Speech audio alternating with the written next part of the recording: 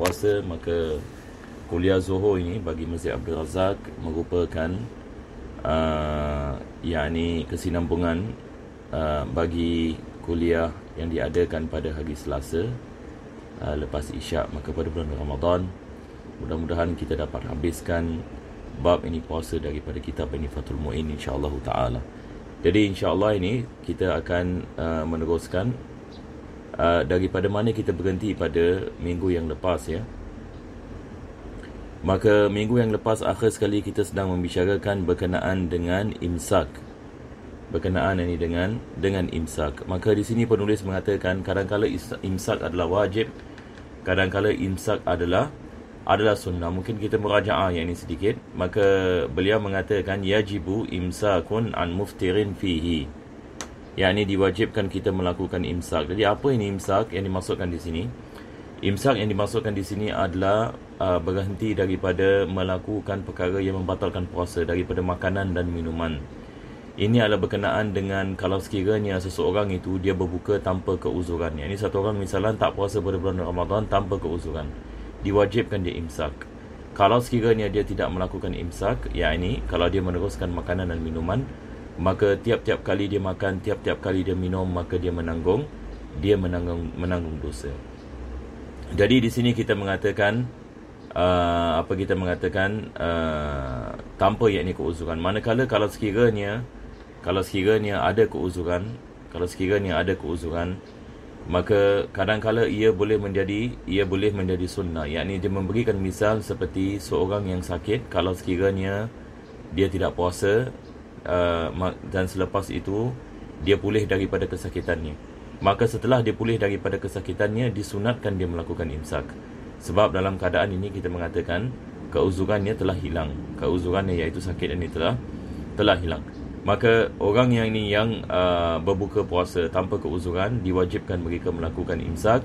Manakala mereka yang berbuka puasa dengan keuzuran, kalau sekiranya keuzuran itu hilang, maka disunatkan ini mereka melakukan imsak. Sama juga dengan seorang musafir yang sampai negerinya.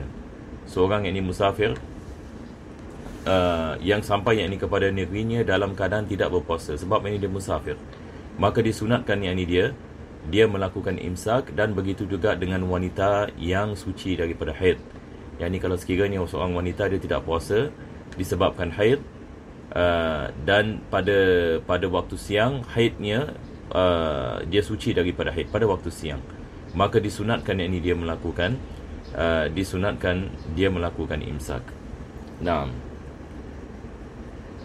dan ini yang kita berhenti pada minggu yang lepas. InsyaAllah pengajian kita pada hari ini akan bermula di sini, ya. Maka penulis mengatakan wayajibu ala man afsadahu ay as-sawm Ramadan bi jima'in athima bihi li ajli sawm la bi istimna'in wa aklin.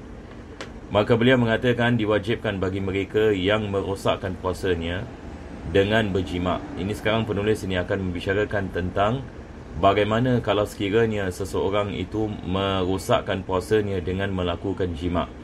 Maka pertama sekali beliau mengatakan puasa itu adalah puasa Ramadan. Puasa Ramadan, sebab dia akan membicarakan tentang wajibnya kafarah yang akan dibicarakan nanti. Jadi dia mengatakan afsadahu ai saum Ramadan, yang ini khusus ini bagi puasa pada bulan Ramadan. Sebab bulan Ramadan ini dia ada, kita mengatakan kehormatannya tersendiri. Bijima'in, dengan yang ini berjima', athima bihi li ajli saum, maka pertama sekali dia berdosa disebabkan dia membatalkan ini puasanya. Dan ini berbeza hukumnya dengan istimna', yakni satu orang ini mengeluarkan air mani ni, adakah diwajibkan kafarah?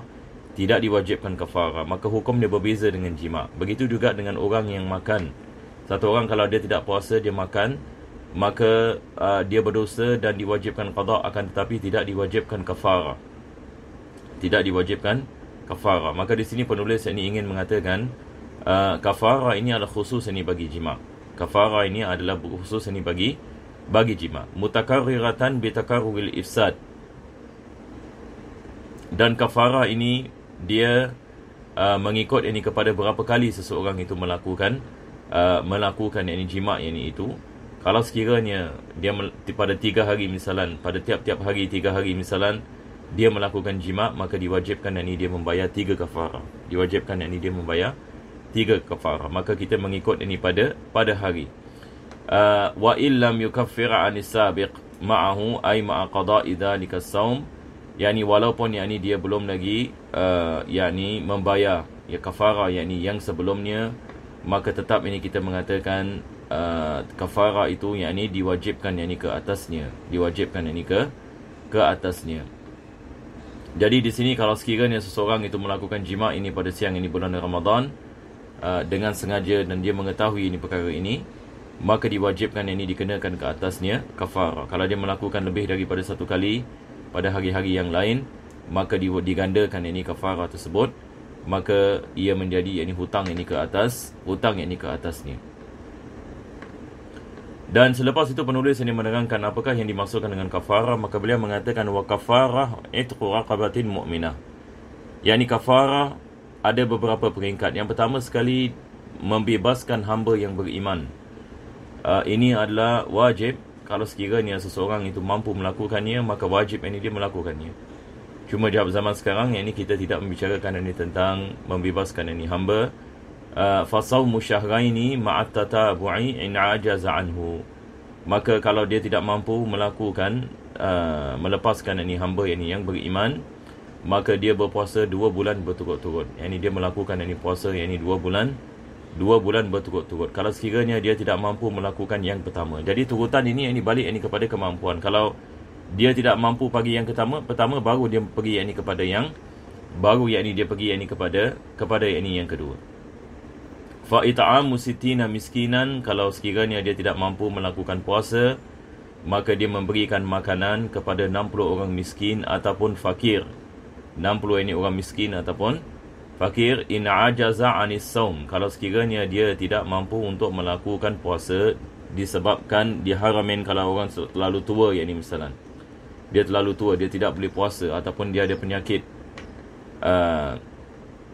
maka dia boleh membayar kepada memberikan makanan kepada 60 orang miskin. Iaitu peringkat yang ketiga. Maka biniyati kafaratin, maka dia apabila memberikan makanan, yakni dia memberikan makanan tersebut dengan niat kafarah. Yu'ta likulli wahidin muddun min ghalibil qut, maka tiap-tiap orang miskin ataupun fakir diberikan 1 mud makanan. 1 mud dia sikit lebih kurang 700 gram daripada qutil balad. Qutil balad kalau kita di Singapura dia adalah beras, yakni makanan pokok yang dimakan di sebuah tempat. Maka dia boleh memberikan 1 orang miskin 1 mud daripada beras. Dan seperti mana kita maklum dalam perkara ini juga dalam mazhab Al-Imam Abu Hanifah, maka mereka mengatakan dibolehkan kita memberikan wang harga daripada beras ataupun gandum, dengan syarat ada syarat dia bagi mazhab Hanafi yang kita harus faham, dengan syarat makanan wujud dengan banyak dalam negeri itu. Kalau sekiranya makanan wujud dengan banyak, maka dibolehkan kita memberikan qimah, iaitu dia punya harga bagi makanan. Tetapi mereka dalam mazhab Hanafi, mereka mengatakan kalau sekiranya makanan tidak mencukupi di sebuah negara, maka tidak dibolehkan kita memberikan harga bagi makanan, diwajibkan kita memberikan makanan. Jadi ini perkara yang kita nak kena take note Maka dalam keadaan kita di Singapura makanan banyak, orang yang hatta yang mengamalkan dengan mazhab Hanafi sebagai misal, mereka memberikan harga bagi makanan. Maka 1 mud sikit lebih kurang $1.50 kalau dalam duit kita. Maka ini apa kita mengatakan merupakan kafarah diberikan kepada 1 orang. Maka dia wajib diberikan kepada 60 orang. Wala yajuzu sarful kafarati liman talzamuhu ma'unatuh, maka tidak dibolehkan bagi seseorang itu untuk memberikan makanan kafarah kepada mereka-mereka di bawah tanggungannya. Yakni misalnya anaknya sendiri, misalnya memberikan makanan kepada anaknya sendiri. Apa sebabnya? Sebab anaknya adalah daripada tanggungannya. Maka bila kita memberikan zakat, maka wajib kita memberikan zakat kepada mereka-mereka yang bukan daripada tanggungan kita. Wa yajibu 'ala man aftara fi ramadhani 'udhrin la yurja zawaluhu ka kibarin wa maradin la yurja buruhu muddun li kulli yaum. Selepas itu penulis ini membicarakan ini tentang fidyah, yakni bagi mereka yakni yang siapakah mereka yang diwajibkan ini membayar fidyah kalau sekiranya mereka tidak melakukan puasa. Sebelum ini kita masuk kepada fidyah, saya harap berkenaan dengan kafarah yang ini terang ya. Jadi satu orang kalau melakukan jima' pada siang Ramadan, na'udzubillah, mudah-mudahan Allah selamatkan kita daripada perkara ini, maka diwajibkan yakni dia membayar kafarah, sama ada dia membebaskan hamba. Kalau dia tidak mampu, maka dia memberikan dia puasa 2 bulan berturut-turut. Dia melakukan yakni puasa pada 2 bulan berturut-turut. Jadi kalau dia mula puasa daripada bulan Rajab, daripada awal Rajab maka sampai yakni akhir Sya'ban, maka ini dikirakan ini sebagai 2 bulan. Tapi kalau sekiranya dia puasa misalan pada 15 Muharram dan Muharram 29 hari, maka kita kira 2 bulan, yakni Muharram, Safar, Rabiul Awal. Muharram, Safar, Rabiul Awal. Jadi dia puasa 15 ini Muharram. Lepas itu masuk ini bulan Safar. Bulan Safar ini tidak ada masalah kalau 29 hari hatta 29 hari. Tapi kalau Muharram 29 hari, maka maksudnya dia puasa 14 hari. Maka diwajibkan yakni dia membayar lagi 16 hari daripada bulan Rabiul Awal. Jadi kalau sekiranya dia bermula daripada pertengahan bulan ataupun mana-mana bahagian pada bulan, dan bulan tersebut 29 hari, maka wajib ini dikira hari. Dia tidak boleh mengambil iktibar dia telah puasa setengah bulan. Dia tidak boleh mengambil iktibar dia telah puasa ini setengah bulan. Sebab bulan ini pada yang dipuasa itu adalah 29 hari. Maka dia bukan mengambil iktibar pada berapa hari dia telah puasa, maka dia campur ini dengan bulan yang ketiga. Manakala bulan yang tengah, kalau dia puasa yang ini kesemuanya, maka kita menganggap dia telah puasa yang ini pada satu bulan. Sekarang ini beliau membicarakan ini tentang fidyah, maka beliau mengatakan wa yajibu 'ala man aftara fi ramadhani 'udhrin la yurja zawaluhu. Sekarang satu orang ini misalan dia tidak puasa dan dia ada sakit yang dia tidak boleh pulih daripadanya disebabkan terlalu tua ataupun penyakit yang kronik ini dan sebagainya, maka tak perlu dia melakukan qada. Ini yang perlu dia ingin mengatakan. Tidak perlu melakukan qada, dia hanya mengeluarkan satu mud bagi tiap-tiap hari. Ini sebagai fidyah. In kana musiran hina idzin. Kalau sekiranya yakni dia dia ada kemampuan ini untuk yakni mengeluarkannya, maka diwajibkan yakni dia mengeluarkannya bila qada, yakni tanpa qada. Wa in qadara alaihi ba'du. Walaupun yakni selepas itu dia mampu yakni melakukan